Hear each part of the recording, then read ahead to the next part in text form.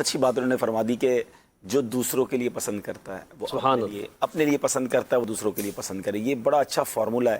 اور دیکھیں سچی بات تو یہ ہے کہ ہمیں غریبوں کا، مسکینوں کا، محتاجوں کا زیادہ احساس کرنا چاہیے. بالکل، کیونکہ ان کو، مالداروں کو نارملی اتنی حاجت نہیں ہوتی. پیار محبت تو سب کے ساتھ ہونی چاہیے.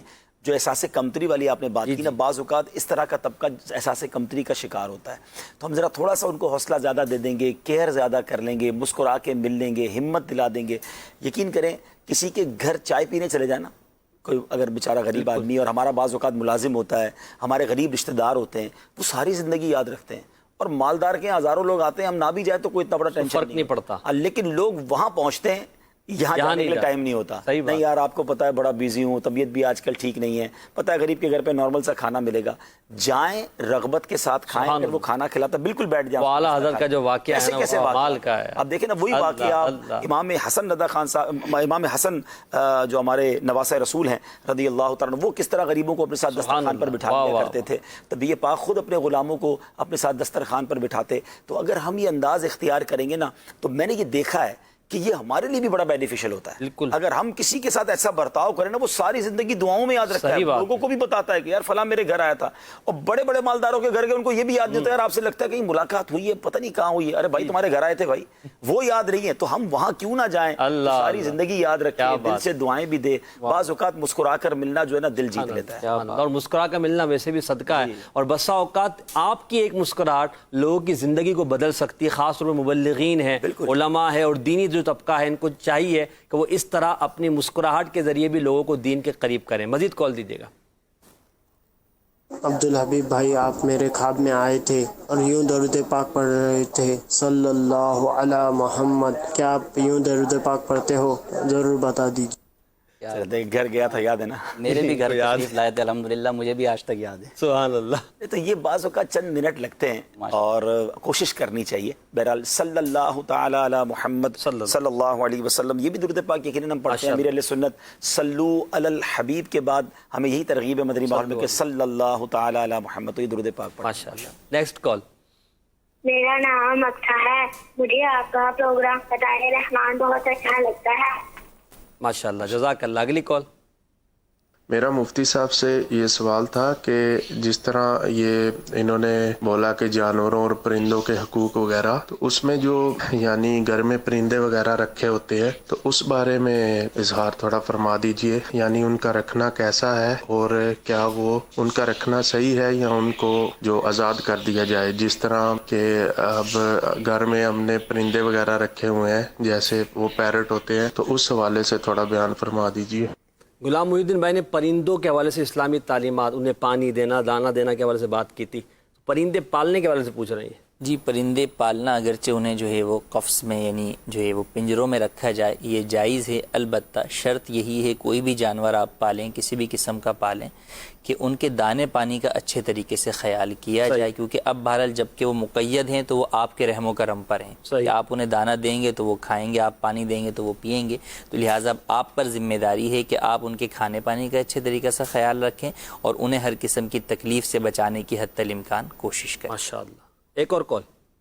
میرا نام عبداللہ ہے، میں قارا سے بول رہا ہوں. عبدالحبیب بھائی مجھے نعت سنا دیجیے. واہ کیا جود و کرم ہے شہ بطحا تیرا. جزاک اللہ خیرا.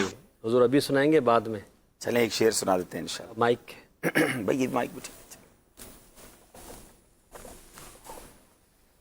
میں تو مالک ہی کہوں گا کہ ہو مالک کے حبیب. میں تو مالک ہی کہوں گا کہ ہو مالک کے حبیب. یعنی محبوب و محب میں نہیں میرا تیرا. یعنی محبوب و محب میں نہیں میرا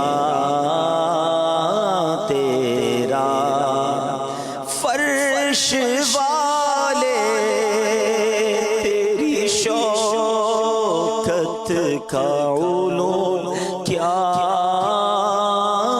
جانے.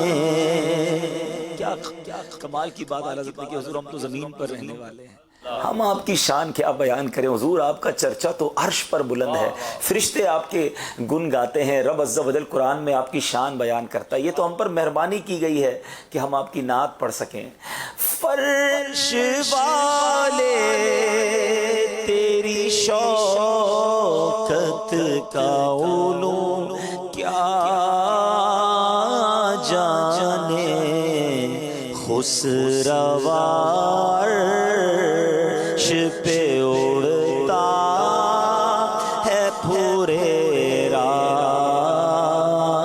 تیرا, خسروا عرش پہ اڑتا ہے پھریرا